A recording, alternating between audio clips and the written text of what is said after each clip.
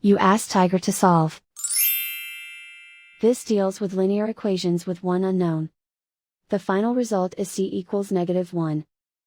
Let's solve it step by step. Group all c terms on the left side of the equation. Add 5c to both sides.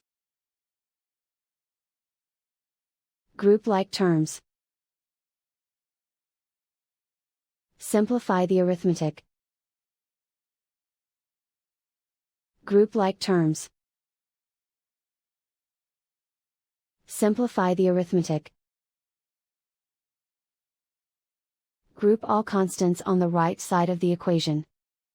Subtract 16 from both sides. Simplify the arithmetic.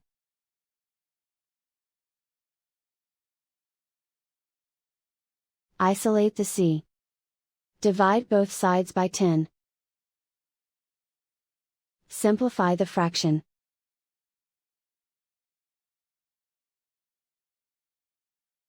And so the final result is c equals -1.